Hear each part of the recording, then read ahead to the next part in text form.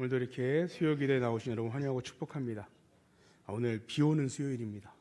제가 한 2분 정도 목사님한테 동일한 얘기를 들었는데 예수님이 비 오는 수요일날 오시면 어떨까 이렇게 얘기를 하시더라고요. 우리 교회 많이 오셨네요. 자, 오늘 지난주도 그랬지만 출애굽기 말씀을 계속 보고 있습니다. 출애굽기는 이스라엘 백성이 애굽에서 종살이 하던 그 상황에서 하나님의 구원으로 그 종살이에서 탈출하는 나오는 그런 놀라운 사건이 기록된 책입니다. 출애굽기의 핵심 구절을 꼽으라 하면은 출애굽기 3장 10절을 들 수 있는데요. 이렇게 기록되어 있습니다. 이제 내가 너를 바로에게 보내어 너에게 내 백성 이스라엘 자손을 애굽에서 인도하여 내게 하리라. 아멘. 이 출애굽기의 핵심 내용이에요. 하나님께서 애굽에 있던 이스라엘 백성을 인도해 내게 하는 것, 그게 출애굽기의 내용입니다. 하나님께서 수많은 우상의 국가인 애굽, 지금의 이집트죠, 거기서 종살이하는 이스라엘 백성을 그 자리에서 구원해 내신다라는 거예요. 이스라엘이 했던 노예 생활을 결국 따져보면요, 우상을 위한 일을 한 거예요. 그러니까 우상의 신전을 짓던지 국고성을 지었다라고 하는데, 어쨌든 우상을 섬기는데 도움이 되는 일들을 하고 살았던 거죠. 이는 예수님을 믿지 않았던 때 우리의 모습이고요, 또 지금 믿지 않는 사람들의 모습을 보여주는 것입니다. 하지만 문제는 뭐냐면요, 예수님을 믿지 않는 사람들은 이걸 깨닫지 못한다라는 거예요. 우리의 삶이 그러니까 마귀를 위해서 살아가는 삶이다라는 것을 전혀 깨닫지 못해요. 오히려 교회 다니는 사람, 예수님을 믿는 사람보다 자기들의 삶이 더 자유롭다라고 생각까지 합니다. 혹시 여러분 그걸 부러워하시나요? 그렇게 보이세요? 아니죠?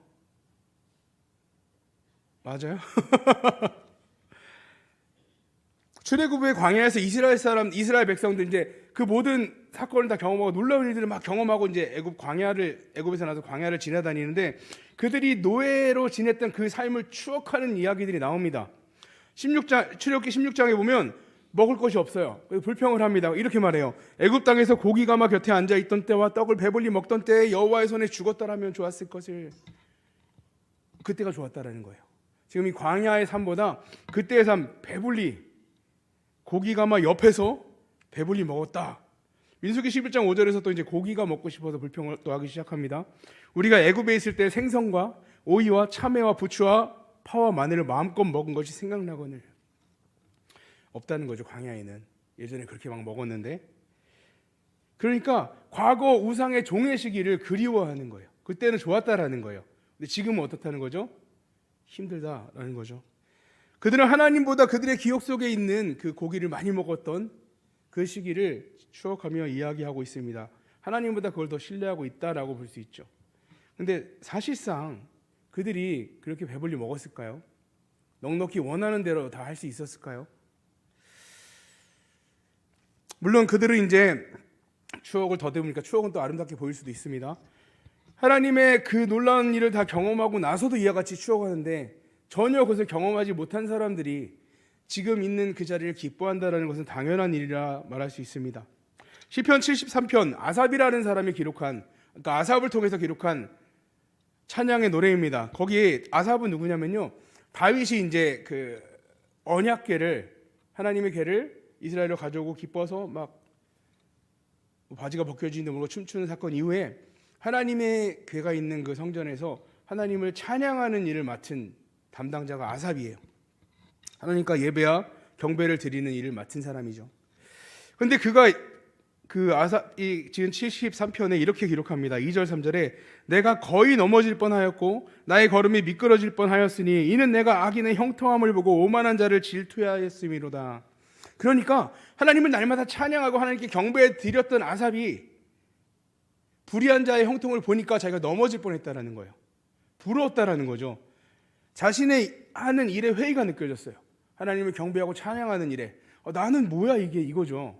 야, 저들은 저렇게 잘 되고 잘 먹고 잘 사는데 하나님과 관계없이 살아가는데도 불구하고 저런데 나는 뭐야, 이렇게 회의가 들었다라는 거죠. 근데 넘어지진 않았어요. 넘어질 뻔했다라는 거예요. 그런 생각에 빠졌었다라는 거죠. 그 이후에 22절부터 23절에 이렇게 기록되어 있습니다.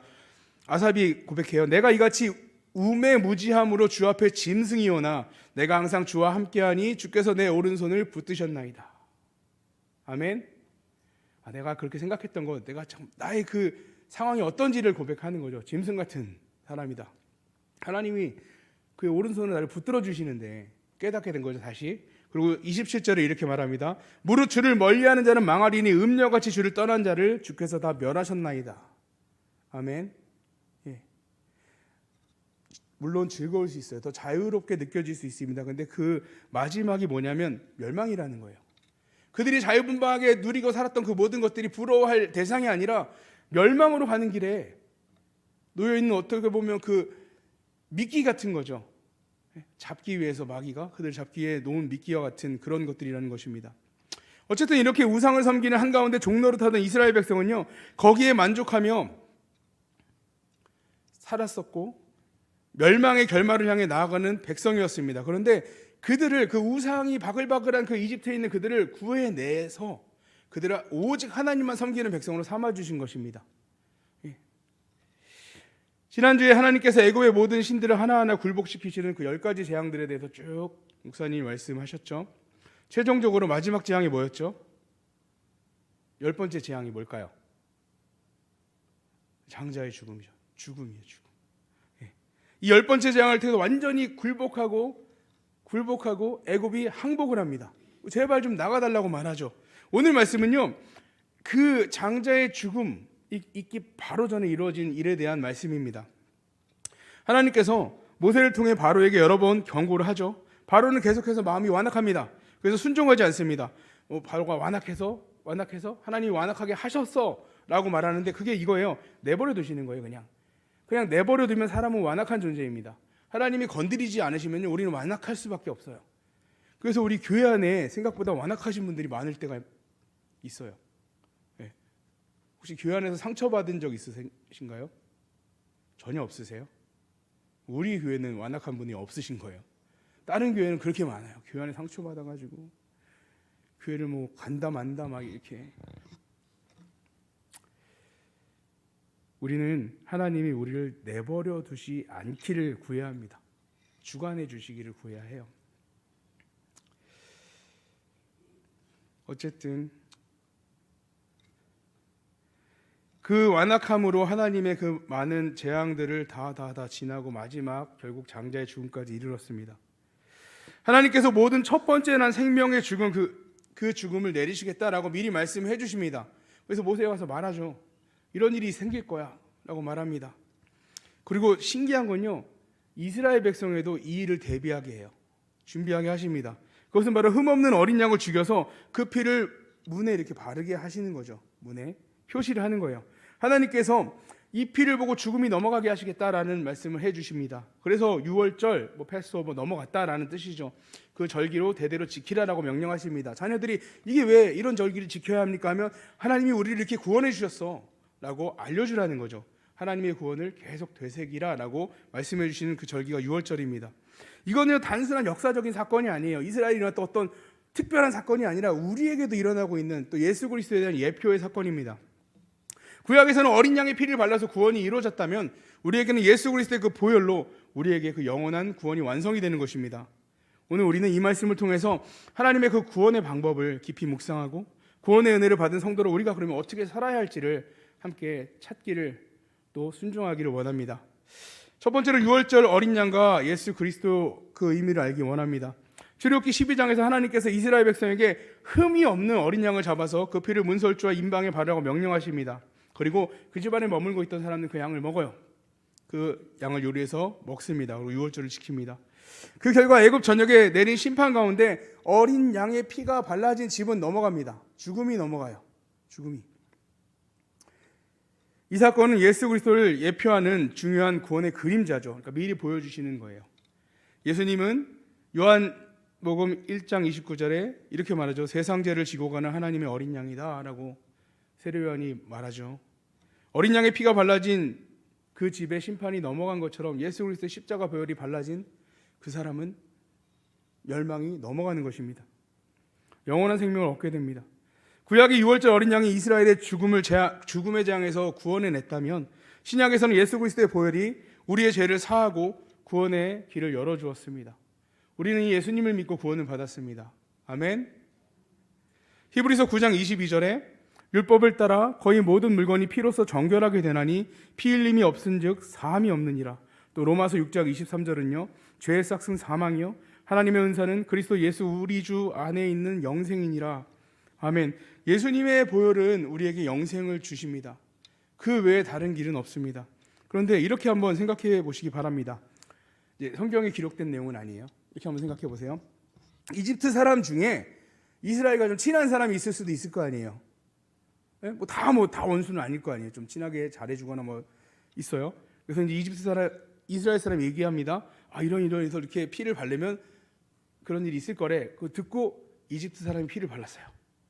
그 사람은 어떻게 됐을까요? 넘어가죠. 조건이 없어요. 23절에 보면요. 여호와께서 애굽 사람에게 재앙을 내리려고 지나가실 때 문인방과 좌우 문설주에 피를 보시면 여호와께서 그 문을 넘으시고 멸하는 자에게 너희 집에 들어가서 너희를 치지 못하게 하실 것임이니라. 이스라엘 사람이냐 애굽 사람이냐 보는 게 아니에요. 피를 본다라는 거예요. 피. 유월절 어린 양의 피 아래 거할 때 보호를 받은 것처럼 우리도 예수님의 보혈 아래 거할 때 죄와 사망의 심판에서 구원을 받습니다. 요즘 제가 은혜 받고 있는 찬양이 있는데요. 지난주 금요 기도회 때 그 찬양을 했어요. 제목은 예수인데요. 한번 제가 짧게 한번 아마 그때 다 참여하셨나요? 찬양 한번 해보겠습니다. 슬픈 마음 있는 자 몸과 영혼 병든 자 누구든지 부르시오 예수 이름 부르시오 그 이름을 믿는 자 그 이름을 부르는 자 그가 어떤 사람이든 그는 구원 얻으리 예수 예수 오 능력의 그 이름 예수 나 외쳐 부르네 예수 예수 오 구원의 그 이름 예수 나 외쳐 부르네 예수 그리스도 아멘. 로마서 10장 13절에 누구든지 주의 이름을 부르는 자는 구원을 받으리라 말씀하십니다. 누구든지요. 누구든지 예수님을 믿으면 구원을 받습니다. 우리가 보기에 심각한 죄인이라 할지라도 저런 사람이 어떻게 구원을 받아 할지라도 그에게 예수님의 십자가의 보혈이 발라지면요 구원을 받는 겁니다. 우리도 마찬가지예요. 반대로 발라지지 않았다면 멸망입니다. 성도 여러분, 우리에게 주신 구원의 이름은 오직 예수 그리스도뿐입니다. 하나님은 다른 이름 우리에게 주신 일이 없습니다. 이것을 믿으십니까?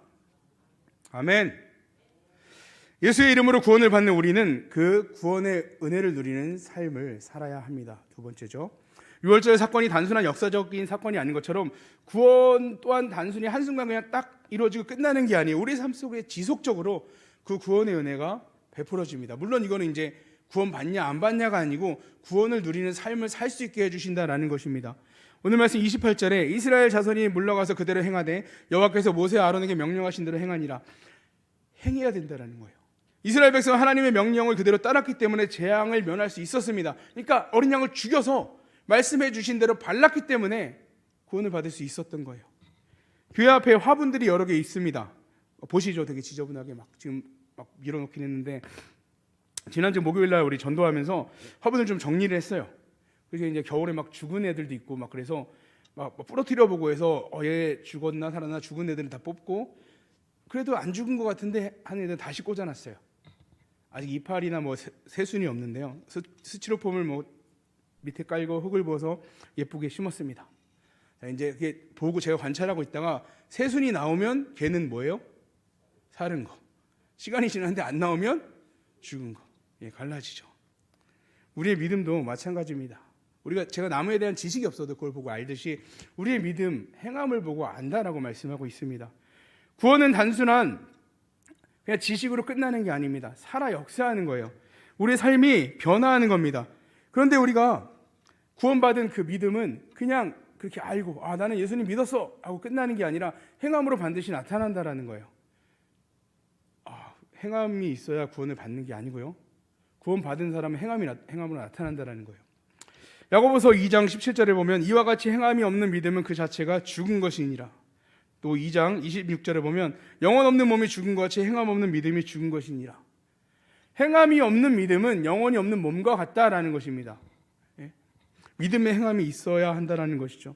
이스라엘 백성은 죽음에서 살아났던 그 행동, 믿음의 행동들, 하나님의 말씀이 이루어질 거라 믿고 했던 행동들, 또 하나님께서 알려주신 구원의 방법들을 했을 때 정말로 구원을 받은 것처럼, 그들의 집에 어린 양의 피를 바른 사람들만 살아난 것처럼 하나님께서도 우리에게 어린 양의 피를 바르기를 말씀하십니다. 믿어야 돼요. 믿지 않으면 의미 없어요. 교회에 아무리 정말 열심히 다니고 한다 할지라도 예수가 나의 그리스도 구주이심을 믿지 않는다면 그에게는 구원이 없습니다. 또 믿음은 단순한 지식이 아니라 순종하는 삶으로 또 증거되어야 합니다. 하나님께 순종하는 믿음이 있을 때 참된 구원의 역사가 그에게 일어날 수 있습니다. 출애굽 이후에 이스라엘 백성은 하나님께 감사하며 찬양을 드렸습니다. 그들은 하나님의 이 구원의 역사를 기쁨으로 고백하고 나눈 것이죠. 오늘날 우리도 우리에게 베풀어 주신 그 하나님의 은혜를 나누는 삶을 살아야 합니다. 나만 알고 끝나는 것이 아니라 내게 주신 은혜를, 그 기쁨을 나누는 삶을 살아야 한다는 것입니다. 사도행전 2장 46절을 보면 날마다 마음을 같이하고 성전에 모이기를 힘쓰고 집에서 떡을 떼며 기쁨과 순전한 마음으로 음식을 먹고, 또 47절 하나님을 찬미하며 또 온 백성에게 칭송을 받으니 주께서 구원받는 사람을 날마다 더하게 하시니라. 아멘. 뭐 했다고요? 막 전도를 열심히 했다고요? 그들이 기쁨으로 그 구원받은 은혜를 나누고 떡을 떼고 그 교회가 살아있으니까 날마다 구원받는 자가 더해졌다고 합니다. 우리가 막 열심히 전도해서 교회를 우리 교회 오시면 좋습니다 해서 왔는데 교회가 다 죽어 있어요. 다 얼굴이 다 썩어 있어요. 그러면 의미가 없다라는 거예요. 그들이 와서도 뭐야 다녀야 돼 계속 이게 고민을 한다는 거죠. 근데 왔더니 정말 살아있는, 정말 그 영이 살아있는 사람들이 그들을 반겨주고 맞이하고 정말 그 기쁨을 나누는 모습을 본다면 하나님이 계속 더해 주신다라는 거예요. 교회가 부흥한다라는 것입니다. 6월절 사건 이후에도 이스라엘 백성은 어려움을 많이 겪습니다. 하지만 하나님께서는 끊임없이 그들을 보호하고 인도해 주십니다. 오늘 우리도 구원받은 성도로서 구원받으면 문제가 없고, 구원받으면 만사가 형통하고, 구원받으면 아무 병도 안 걸리고 그러신가요? 아프다는 얘기 많이 들어요. 제가 오늘 목사님 제가 여기가 아프고 저기가 아프고요. 예수님 믿어도 아파요. 예수님 믿어도 문제가 생겨요. 예수님을 믿어도 어려움이 생깁니다. 하지만 하나님이 우리를 버리지 않으시고 끝까지 함께 하십니다. 하나님이 책임져 주세요. 그래서 우리는 기도해야 됩니다. 이사야서 41장 10절에 이렇게 말씀하십니다. 두려워하지 말라, 내가 너와 함께함이라. 놀라지 말라, 나는 내 하나님이 됨이라. 내가 너를 굳세게 하리라. 참으로 너를 도와주리라. 참으로 나의 의로운 오른손으로 너를 붙들리라. 아멘. 아멘. 어려울 수 있어요. 힘들 수 있어요. 아플 수 있어요. 근데 누가 붙들어 주신다고요? 하나님께서 구원받은 자를 의로운 오른손으로 붙들어 주십니다. 구원받은 자로서 어떤 상황에도 하나님을 신뢰하고 의지하는 삶을 사는 것, 그렇게 행하며 살아가는 것, 그것이 구원받은 자가 해야 될 일입니다. 또 구원의 은혜를 받은 우리는요, 구원의 은혜에 반응해야 됩니다. 6월절 어린 양의 피가 문에 발라졌을 때 죽음이 넘어간 것처럼 예수님의 보혈 아래 있는 자들은 영원한 생명을 얻습니다. 그렇다면 우리가 이 영원한 생명을 받은 우리가, 그 은혜를 받은 우리가 어떻게 반응해야 될까요? 구원의 은혜에 반응하는 방법은 여러 가지가 있는데요. 먼저 가장 중요한 것, 감사의 마음을 갖고 살아야 됩니다. 하나님의 은혜를 감사하며 살아가는 것이죠. 자고 일어나면 오늘도 구원받은 하루가 시작이 된다. 얼마나 기뻐요. 그렇죠? 요즘 점점 일어나면서 그래도 오늘 하루 구원받은 하루가 시작되고 하나님의 은혜가 있는 하루가 시작됨을 날마다 고백하시기 바랍니다. 그 은혜에 대한 감사는 우리 신앙생활의 기초가 되어야 하고요. 우리가 받는 그 놀라운 은혜는 한 번에 끝나게 아니고 날마다 우리 새롭게 해주신 은혜입니다. 요즘 그 북한에 탈북하신 분들이 유튜브에 많이 이렇게 올라오더라고요. 그걸로 재밌게 유튜버 생활을 하시는 분도 계시고, 어떤 토론회장에 나와서 얘기하시는 분도 계시고, 근데 어느 여자분이신데 날마다 기쁘게 유튜브에 올리는 걸 보는데 이렇게 얘기를 하더라고요. 공기가 다르대요. 북한에서 살던 때와 한국에 사는 공기가 다르대요. 그리고 막 엄청 감동하면서 얘기하는 게, 와, 정말 이게 정말 나만이구나, 이 자유민주주의구나 막 하면서 뭘 보고 감사하냐면요, 이쑤시개가 하나씩 포장이 돼 있대요. 보신 적 있어요? 하나씩, 그 작은 게 식당에 나오는데 그렇게 돼 있다라는 거예요. 와, 깜짝 놀랐대요. 이 작은 걸 나를 위해서 이 포장을 해놓다니 막 감동을 하는 거예요. 여러분 혹시 이쑤시개 붙들고 감동해 본 적 있으세요? 없죠. 없어요. 없어요. 우리가 하나님의 구원의 은혜에 날마다 감동하시기 바랍니다. 예. 예수님을 믿지 않고 구원받지 못한 사람은 겪을 수 없는 거예요. 하나님의 은혜는요. 예. 북한에 산 사람이 그 이쑤시개 포장된 거 나무떼기 잘라서 쑤시던 사람이 포장된 걸 보고 감동받았던 것처럼 우리의 삶이 그렇습니다. 하나님이 인도해 주시는 삶, 그들은 알지 못하는 거예요. 우리도 잊지 못했을 때 깨닫지 못했던 삶이죠. 공기가 다릅니다. 아멘. 그리고 은혜를 받은 사람은요, 다른 사람과 나눠야 해요. 구원의 메시지를 전해야 되죠. 내가 받은 구원 너무 기쁘잖아요. 자꾸 야 어디 식당 맛있다 이것만 하지 마시고, 예? 내가 받은 구원을 전하시기 바랍니다. 전하려면 누려야 되거든요. 예. 야 그거 구원 받으면 좋대더라. 어느 장로님이 그런데 되게 좋대. 아니고 내가 받은 은혜를 나누시기 바랍니다. 또 은혜 받은 사람은 삶의 변화가 일어나야 합니다. 그게 살아있는 것입니다. 날마다 모든 일에 내가 원하는 삶을 버리는 삶, 오늘 하나 와버렸다면 내일은 2개 버리고 3개 버리는 삶, 그리고 그 대신에 하나님의 뜻대로 살아가는 삶을 살아야 됩니다. 그렇게 하나님의 뜻대로 살아가는 삶을 살기 위해서 성경을 읽어야 돼요. 우리 구역 보고와 제가 다 정리하거든요. 점수 막 매기고요. 정말 많이 읽으세요. 와, 깜짝 놀랐어요. 제가 아무리 열심히 해도 못 따라가겠더라고요. 400장을 어떻게 따라가요? 기도와 묵상을 해야 됩니다. 그래야 하나님과 더욱 깊은 관계를 지속적으로 강화하며 나갈 수 있습니다. 하나님이 원하신 바를 깨닫는 방법이 이와 같습니다. 말씀을 보고 기도하고 묵상하는 것. 우리가 구원의 은혜를 누리고 또 하나님의 뜻대로 살아가기 위한 방법이 여기에 있습니다. 이러한 반응들을 통해서 우리의 삶이, 신앙이 더욱 풍성해질 수 있습니다. 또 하나님과의 관계를 더욱 깊게 만들어줍니다. 그래서 하나님이 나의 아버지이십니다라고 고백할 수 있어요. 하나님 아저씨, 이게 아니에요. 아버지 하나님, 나의 아버지 하나님 고백할 수 있고 기도할 수 있습니다. 오늘 함께 살펴본 이 출애굽기 12장은 6월절 사건이 기록되어 있고요. 단순히 그 당시의 사건이 아니라 지금 우리 삶에도 일어나고 있는 사건이라는 것, 그리고 이를 통해서 우리가 구원받은 것도 예수 그리스도의 피로 인하여 구원받았다는 것, 이것을 깨달으시기 바랍니다. 또 이 구원의 은혜를 깊이 묵상하고 하나님의 뜻을 온전히 알아서 믿음으로 순종하는 삶을 살아가고 그로 인해 하나님과 함께 하시기를 주님의 이름으로 축복합니다.